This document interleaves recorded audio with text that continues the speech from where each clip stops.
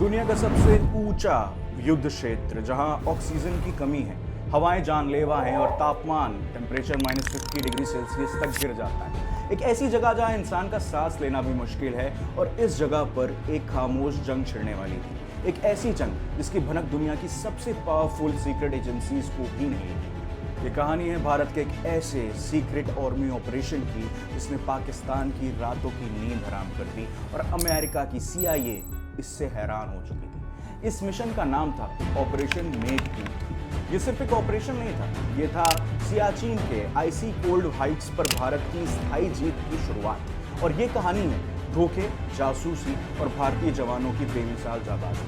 तो दोस्तों आइए आज इस ऑपरेशन मेघदूत को डिबंक करें।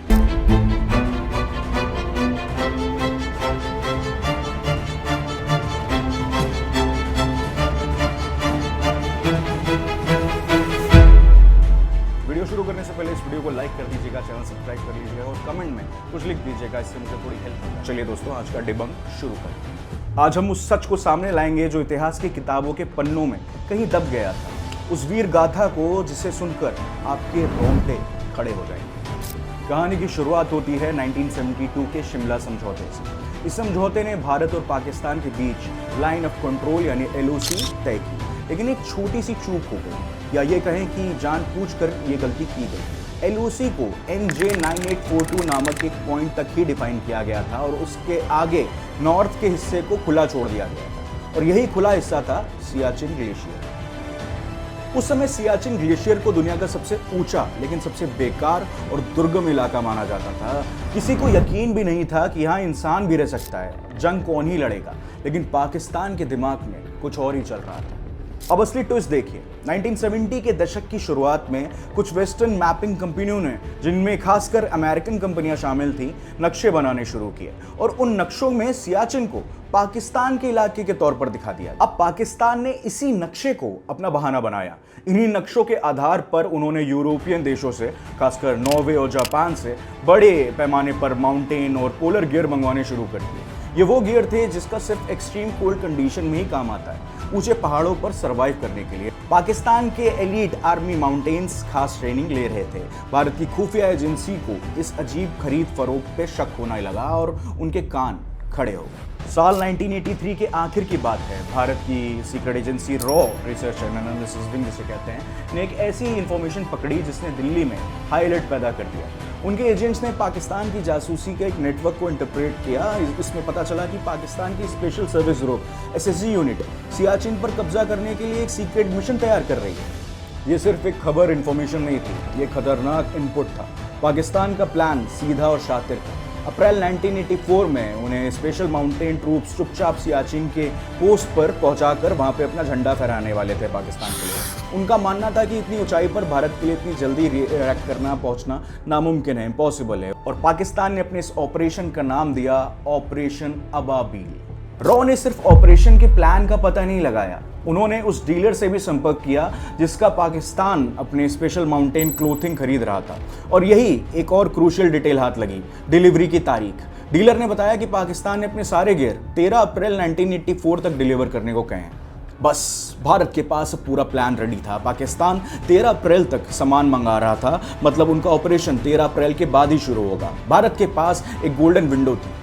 पाकिस्तान के प्लान को पहले से डिकोड कर लिया गया था और अब भारत को एक मास्टर स्ट्रोक खेलना था। ये भारत के लिए करो या मरो वाली सिचुएशन थी दोस्तों। सियाचिन पर पाकिस्तानी कब्जा मतलब कश्मीर के लिए एक बहुत बड़ा खतरा। भारत ने तुरंत पलटवार की तैयारी की। ऑपरेशन मेघदूत को 6 अप्रैल 1984 को लॉन्च करने का फैसला किया गया, यानी पाकिस्तान की डिलीवरी डेट से 7 दिन पहले। अब टास्क बहुत ही मुश्किल था। 20,000 फीट की ऊंचाई पर जहां ऑक्सीजन ना के बराबर थी और टेम्परेचर -50 डिग्री सेल्सियस तक गिरा हुआ था, ऐसी सिचुएशन में दुश्मन से पहले पहुंचना अपने आप में एक इम्पॉसिबल सा लगने वाला काम है। लेकिन भारतीय सेना ने नामुमकिन को मुमकिन करके दिखाया। इंडियन एयरफोर्स ने इसमें क्रूशियल रोल प्ले किया। उनके चीता और चेतक हेलीकॉप्टर्स ने इतनी मुश्किल कंडीशंस में भी जवानों को जरूरी सामान को ग्लेशियर की चोटियों पर पहुंचाया।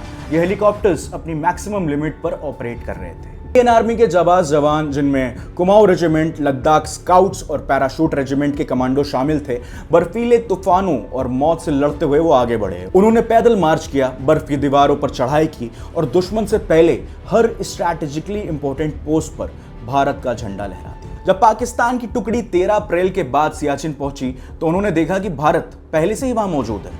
हर प्रमुख चोटी पर तिरंगा लहरा रहा था। पाकिस्तान को समझ आ गया था कि वो एक दिन या कहें एक हफ्ते से बाजी हार चुका है। दोस्तों, इस ऑपरेशन की सबसे खास बात यह थी कि ये इतना सीक्रेटिव रखा गया था कि CIA जैसी एजेंसी को भी इसकी भनक नहीं लगी। दुनिया की सबसे टॉप क्लास इंटेलिजेंस एजेंसी सोती रह गई और भारत ने दुनिया की सबसे ऊंची जगह पर जंग छेड़े बिना ही उसे जीत भी लिया।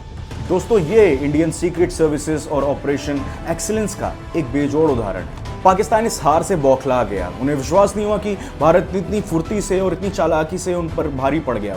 उन्होंने कई बार सियाचिन को वापस लेने की कोशिश की, लेकिन हर बार उन्हें मुंह की खानी पड़ी। 1987 में पाकिस्तान ने एक बड़ा काउंटर अटैक लॉन्च किया था, जिसे ऑपरेशन अबाबील कहा गया, जैसे मैंने आपको बताया।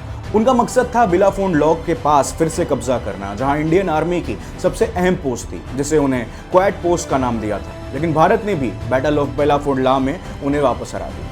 दोस्तों, इस युद्ध में, ऑपरेशन मेघदूत में, एक नाम हमेशा याद रखा जाएगा, कैप्टन बाना सिंह।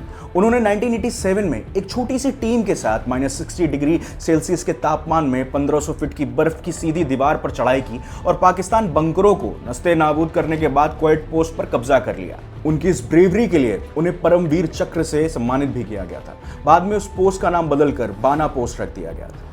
भारत ने न सिर्फ सियाचिन में बढ़त बनाई, बल्कि आज भी हर चोटी पर हमारा ही तिरंगा फहराता है। इस ऑपरेशन की सक्सेस ने दुनिया को हैरान कर दिया था। CIA की एक रिपोर्ट में ऑपरेशन मेघदूत को बताया गया one of the most stunning high altitude military manoeuvres ever executed. America को भरोसा नहीं हुआ कि भारत ने इतनी शांति से बिना कोई मीडिया प्रचार किए दुनिया की सबसे ऊंची जंग छेड़ दी और जीत भी ली। पाकिस्तान ने कई बार इंटरनेशनल फोरम पर इसे वॉयलेशन कहा, लेकिन भारत ने हर बार साफ कहा, हमने सिर्फ अपनी सोवरेनिटी की रक्षा की है। भारत ने यह भी कहा कि अगर पाकिस्तान इस इलाके को अपने मैप में दिखाता रहेगा तो भारत इससे पाकिस्तान की घुसपैठी मानेगा। आज सियाचिन सिर्फ एक ग्लेशियर नहीं है, ये भारत का एक स्ट्रैटेजिक क्राउन है। चीन पाकिस्तान कॉरिडोर को रोकने में सियाचिन एक बहुत ही बड़ी रुकावट है। पाकिस्तान कभी भी चाहकर भी उस रूट में घुसपैठ नहीं कर सकता। सियाचिन से भारत पूरी नॉर्दर्न डिफेंस लाइन को मॉनिटर करता है। ये एक ऐसी जीत थी जिसका जियोपॉलिटिकल इंपॉर्टेंस आज भी उतना ही है जितना 1984 में था। दोस्तों, ऑपरेशन मेघदूत ने एक बात दुनिया को साफ बता दी, भारत अगर चाहता तो चुपचाप दुश्मन को कुचल भी सकता था। कभी कभी देशभक्ति सिर्फ नारों में नहीं होती, कभी वो -50 डिग्री सेल्सियस की ठंडी में एक सैनिक की सांसों में भी होती, जो अपनी जान हथेली पर रखकर देश की रक्षा करता है। और यही वजह है कि आज भी सियाचिन पर भारत का तिरंगा हवा से ऊंचा और हिमालय से मजबूत लहरा रहा है। उन गुमनाम नायकों को मेरा सलाम, जिन्होंने इस ऑपरेशन को अंजाम दिया। दोस्तों, कमेंट्स में इन वॉरियर्स, हमारे बहादुर जवानों के बारे में एक वर्ड ज़रूर लिखिएगा कुछ तारीफ में, क्योंकि वो डिजर्व करते हैं। मिलते हैं अगले वीडियो में, तब तक के लिए जय हिंद, जय भारत।